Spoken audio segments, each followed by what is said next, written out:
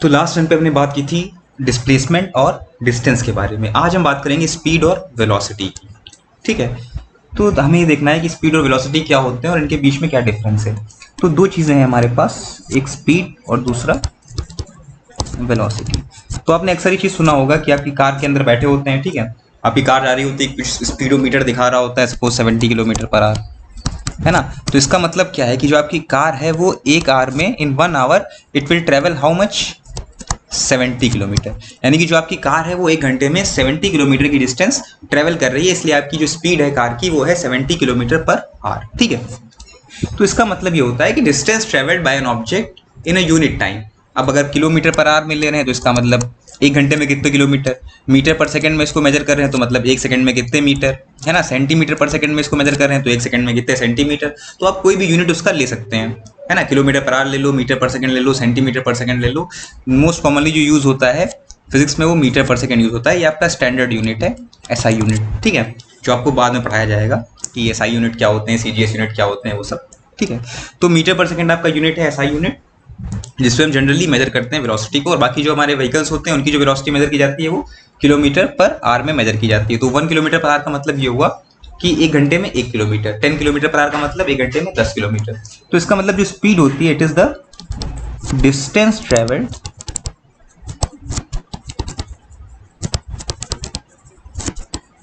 Bye an object in unit time. यानी कि unit time में कोई ऑब्जेक्ट कितनी डिस्टेंस ट्रेवल करेगा उससे हम बोलेंगे उस ऑब्जेक्ट की स्पीड। सिंपल है एकदम। अच्छा, अब वेलोसिटी का क्या होता है? वेलोसिटी रिलेटेड है डिस्प्लेसमेंट से।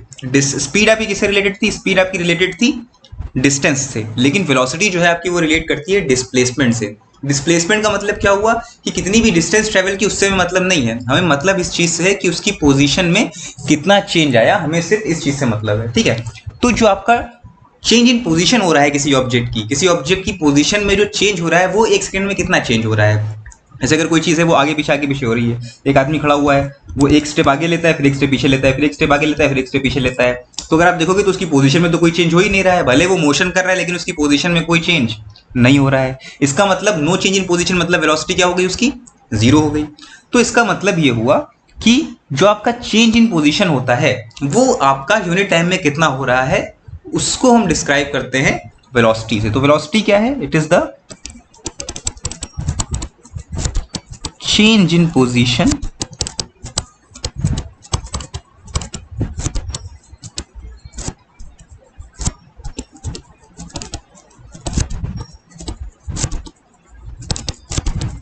ठीक है, तो ये आपका डिफरेंस है स्पीड और वेलोसिटी में। स्पीड क्या होता है आपका? Distance travelled in unit time, और वेलोसिटी आपकी क्या होती है? Change in position in unit time. बोलो क्लियर है? ऐसे समझने के लिए हम एग्जांपल देखते हैं इसका। सपोज आप ऐसा मान लो कि आपका एक ये पाथ था इस तरह से, ये आपका सेमी सर्कुलर पाथ है सपोज ऐसे। ठीक है, ए है और ये बी है। ये क्या है? आपका एक सेमी सर्किल है और इसका जो रेडियस है सपोज वो है आपका 70 मीटर। ठीक है, अब आप ए से बी चाहते हैं और सपोज आपको टाइम लगता है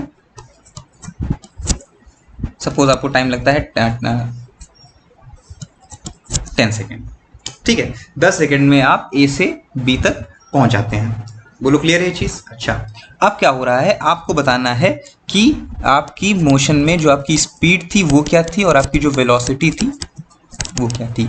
ये दो चीजें आपको बतानी है कि ए टू बी जब आप गए तो इस ड्यूरेशन में आपकी स्पीड क्या रही और आपकी वेलोसिटी क्या रही। यानी कि 10 सेकेंड में जो आपने मोशन की उसमें आपकी स्पीड क्या थी और आपकी वेलोसिटी क्या थी। ठीक है, अच्छा देखो, तो अगर हम स्पीड की बात करें तो स्पीड क्या होता है? Distance upon time. तो डिस्टेंस आपने ट्रेवल की, इसका रेडियस 70 मीटर है, आपने कितनी डिस्टेंस ट्रेवल की? आपने सेमी सर्कुलर पाथ ट्रेवल किया इस पाथ के ऊपर। ये क्या है आपका? जो इसका पेरीमीटर होगा सर्किल का उसका हाफ होगा, यानी कि पाई आर। तो आपने डिस्टेंस कितनी ट्रेवल की है? डिस्टेंस आपने ट्रेवल की है पाई आर, दैट इज 22/7 इंटू 70, यानी कि 220 मीटर आपने डिस्टेंस ट्रेवल की है। तो डिस्टेंस आपका है 220 मीटर, टाइम आपको लगा 10 सेकेंड, तो आपका स्पीड कितना हो गया? 22 मीटर पर सेकेंड। ये आपकी स्पीड हो गई इस केस में। बोलो क्लियर है? अच्छा, अब देखो अगर आपसे वेलोसिटी पूछता है तो आपका ए से बी तक जाने में डिस्प्लेसमेंट कितना हुआ भाई। ये इसका अगर रेडियस आपका 70 मीटर है तो इसका डायमीटर क्या हो जाएगा, ये आपका जो होगा ए टू बी डायमीटर ही तो होगा, कितना हो जाएगा 140 मीटर। तो डिस्प्लेसमेंट तो ए टू बी तक ही हुआ है ना, हमने लास्ट लेक्चर में बताया था कि डिस्प्लेसमेंट क्या होता है, it is the shortest distance between two points which is equal to the length of the straight line drawn between the two points. तो स्ट्रेट लाइन जो होगी ए और बी के बीच में उसकी लेंथ क्या होगी 140 मीटर। तो डिस्प्लेसमेंट और टाइम, तो डिस्प्लेसमेंट आपका होगा 70 मीटर और टाइम आपको लगा 10, तो इसका मतलब आपकी वेलोसिटी कितनी आई 7 मीटर पर सेकेंड। तो ये आपका डिफरेंस है, ब्रॉडली इस तरह से आप क्लासिफाई कर सकते हैं कि क्या डिफरेंस है आपका स्पीड और वेलोसिटी में। ठीक है, अब एक चीज़ और होती है, अगर हम स्पीड को डिफाइन कर रहे हैं तो हमें सिर्फ चाहिए मैग्नीट्यूड। मैग्नीट्यूड का मतलब जो भी आपकी वैल्यू होती है कि 20 kilometre per hour, 30 kilometre per hour, 60 kilometre per hour, है ना। हमें डायरेक्शन की जरूरत नहीं होती है कि 30 किलोमीटर आवर तो है पर किस डायरेक्शन में है इसका हमें कोई जरूरत नहीं होता है। ठीक है, लेकिन वेलोसिटी में जो है हमें मैग्नीट्यूड के साथ साथ डायरेक्शन भी चाहिए। क्या ये चीज क्लियर है? मैग्नीट्यूड के साथ साथ डायरेक्शन भी चाहिए वेलोसिटी में। वेलोसिटी में आप सिर्फ आपने बोला 20 किलोमीटर पर आवर, तो ये इसका सिर्फ स्पीड है।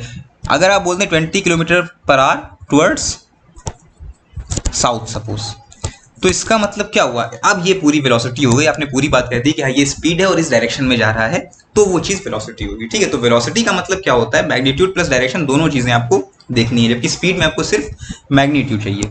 अब यही अगर हम इस बात की बात करें, कोई एक ऑब्जेक्ट इस सर्कुलर पाथ पे ऐसे चलता हुआ चला गया, ठीक है, तो हर पॉइंट पर जो इसकी वेलोसिटी होगी, तो जब इस पॉइंट पर था तो ये ऐसे आगे बढ़ रहा था, किसी भी पॉइंट पर जो वेलोसिटी होगी इसकी वो यहाँ से टेंजेंशियल होगी इस तरह से। इस पॉइंट पर अगर वेलोसिटी देखनी है, सपोज वो इधर जा रहा है, तो इस पॉइंट पे टेंजेंट ड्रॉ कर दो, ऐसे ड्रॉ कर दो। तो देखो इस पॉइंट पर v1, v2, v3, v4, v5, किसी भी पॉइंट पर तुम टेंजेंट ड्रॉ करोगे तो वो अलग अलग डायरेक्शन में जाने वाली है। तो जो वेलोसिटीज हैं आपकी v1, v2, v3, v4, v5, क्या ये इक्वल है?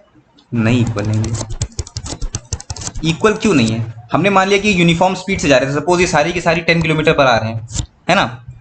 सपोज ये सारी की सारी कितनी है 10 मीटर पर सेकंड या 10 किलो जो भी है 10 मीटर पर सेकंड सपोज है सारी, तो सबका मैग्नीट्यूड 10 ही है। लेकिन देखो इसका डायरेक्शन ऊपर की तरफ है, इसका डायरेक्शन इस तरफ है, इसका डायरेक्शन इस तरफ है, इसका डायरेक्शन इस तरफ है, तो सबका डायरेक्शन अलग अलग है। इसका मतलब ये दो वेलोसिटीज हैं ये इक्वल नहीं है, जबकि स्पीड जो है वो सेम है। बोलो क्लियर हुई? किसी भी सर्कुलर पाथ पर कोई चीज अगर ट्रेवल कर रही है, आपको पता करना है कि डायरेक्शन क्या है वेलोसिटी का। सपोज ऐसे जा रही है, तो इस पॉइंट पर आपको वेलोसिटी पता करनी है किधर है, तो इस पॉइंट से एक टेंजेंट ड्रॉ कर दो जिधर तरफ आपकी ऑब्जेक्ट जा रहा होता है ना। अगर इसी पाथ के ऊपर वो ऐसे चल रहा होता, इस पॉइंट पर आपको वेलोसिटी पता करनी, तो यहाँ से आप ऐसे टेंजेंट ड्रॉ कर देते हैं, यहाँ से आप ऐसे टेंजेंट बनती है, यहाँ से ऐसे, जिस डायरेक्शन में जिस सेंस में वो मूव कर रहा हो, क्लॉकवाइज या एंटी क्लॉकवाइज, उसी सेंस में आप एक टेंजेंट ड्रॉ कर देंगे, आपको पता चल जाएगा उस पॉइंट के ऊपर वेलोसिटी जो है वो किस डायरेक्शन में होगी।